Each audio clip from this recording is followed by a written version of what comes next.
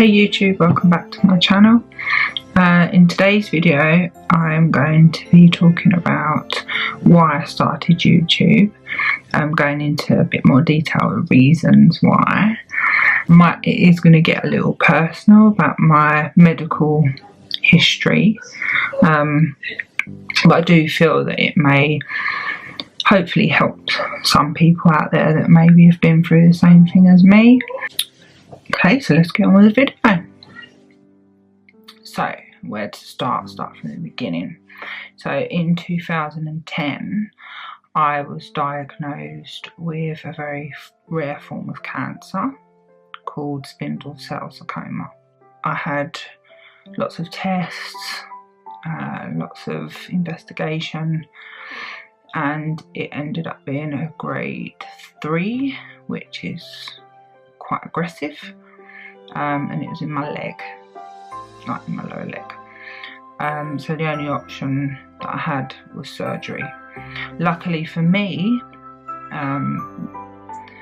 things had come a long way, so I was able to have something called radical extraction surgery. I think that's what it was called, which basically means that I didn't have to have my whole leg amputated, and yeah, saved me from losing my leg, which was great.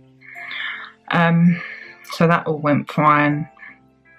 They had to remove the whole muscle, which I wasn't aware that was going to happen. It was only supposed to just be the actual tumour, but they removed the whole muscle, so that left me with problems with the way that I walk, because I can't lift my foot anymore, because that muscle that controls that action is actually not there anymore. So shoes are a big problem, which is very annoying when you want to go shoe shopping. I can't wear heels anymore, which my husband doesn't mind, because he's not the tallest of people, so yeah, it's fine. After that, I had 6 weeks of intensive radiotherapy. So that meant a trip to hospital every day for 6 weeks, which was grueling, I'm not going to lie. Yeah, it was tough.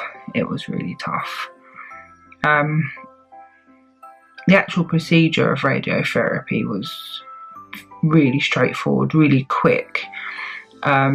They made a cast of my leg, and every day they would put my leg in the cast to keep it in the same position, put the laser on, all done. Towards the end of the 6 weeks, my leg was obviously starting to get very sore, and the skin was very sore, starting to swell, so it was more painful towards the end. Once the actual treatment was finished, they did warn me that the site would be very, very sore, which it was. It burned. It did. I can't say it didn't. It really did. But they gave me sort of these gel packs to put on them and stuff to kind of help. The skin also didn't look great. It was quite gross, actually, because the skin dies and kind of peels off.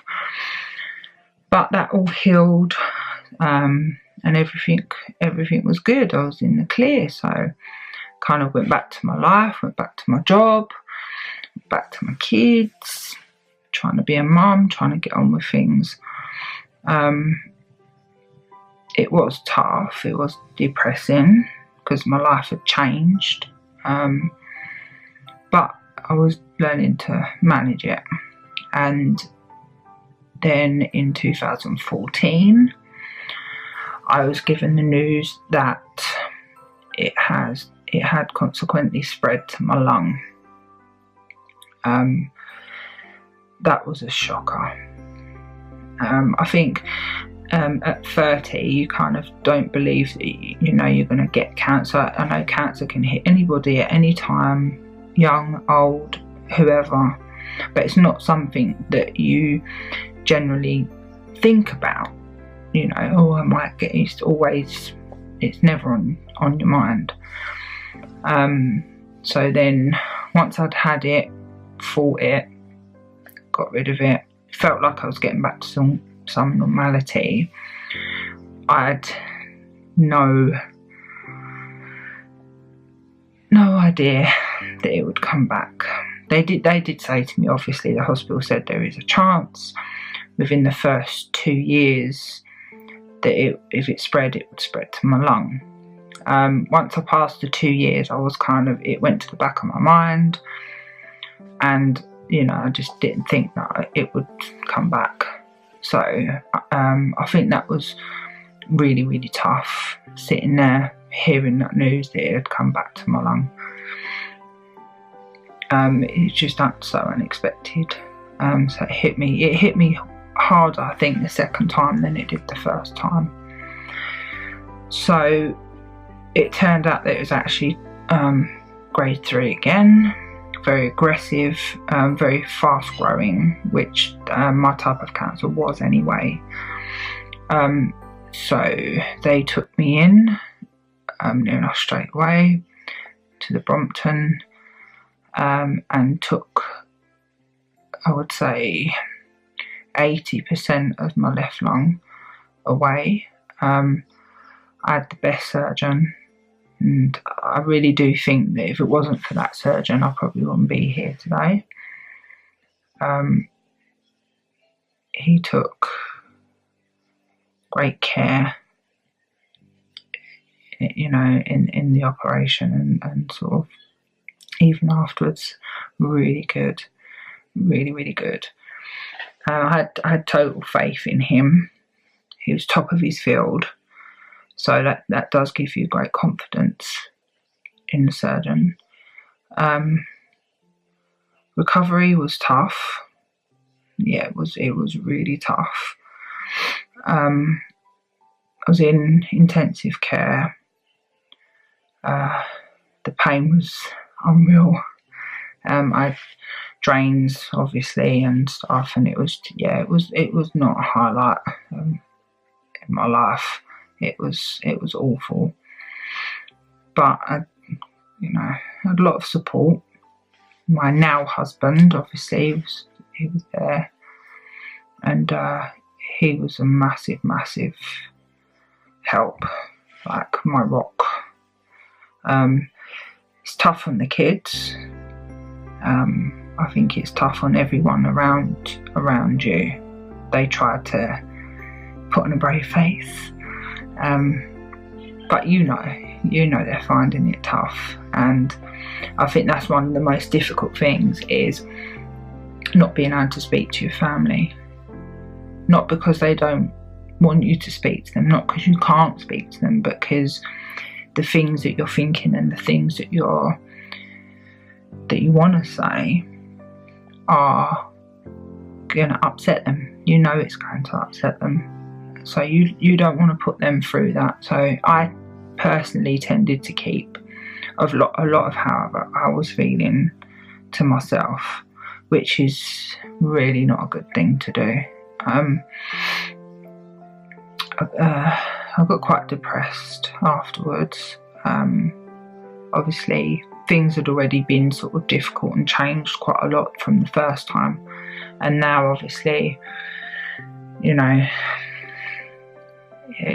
after the second time it was really tough. My body had been through a lot already, and hadn't, I don't think, fully recovered, and I hadn't fully recovered mentally, I don't think, and then I got hit with it again. So yeah, I felt very, very low. I think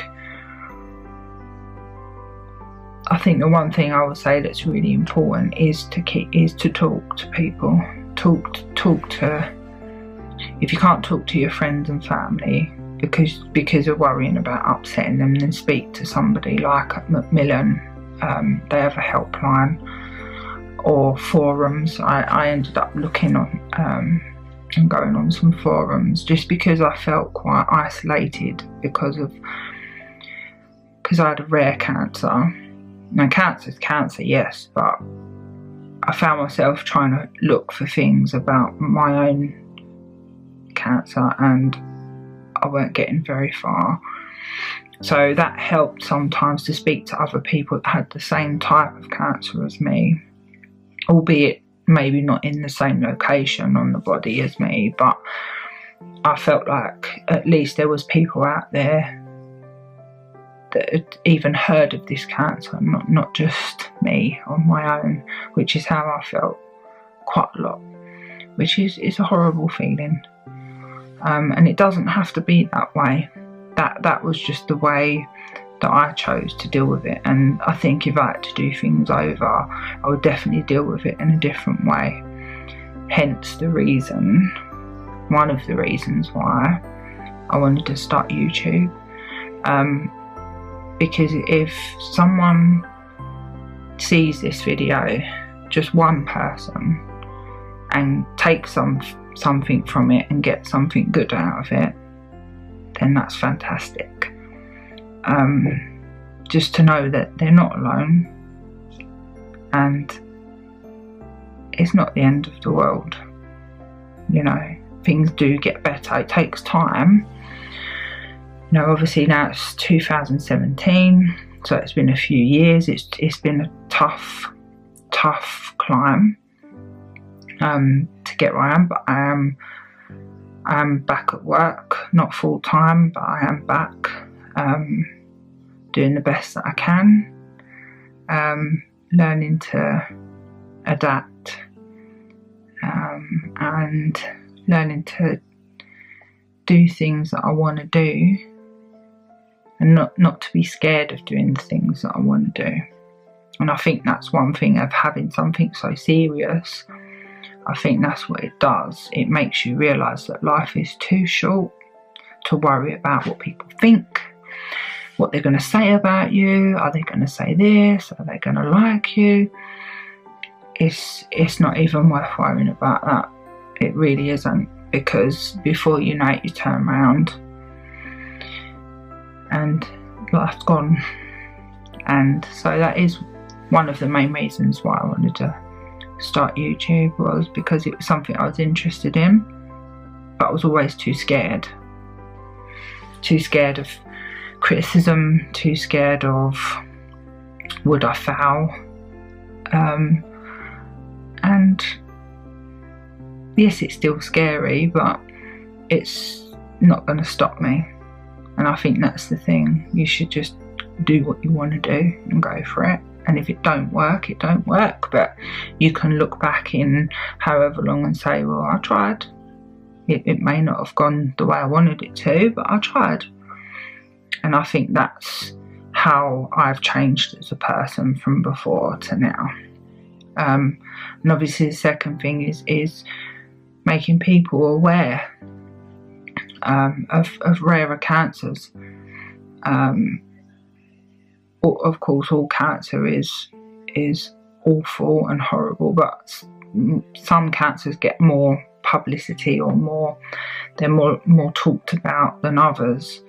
I know my local hospital had never heard of my cancer before, which was slightly worrying, because obviously I was sent to a specialist hospital.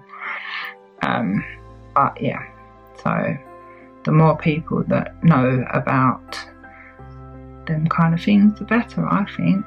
So if you have, or you know somebody who's had something similar to me, comment below, because I'd be really interested to read that.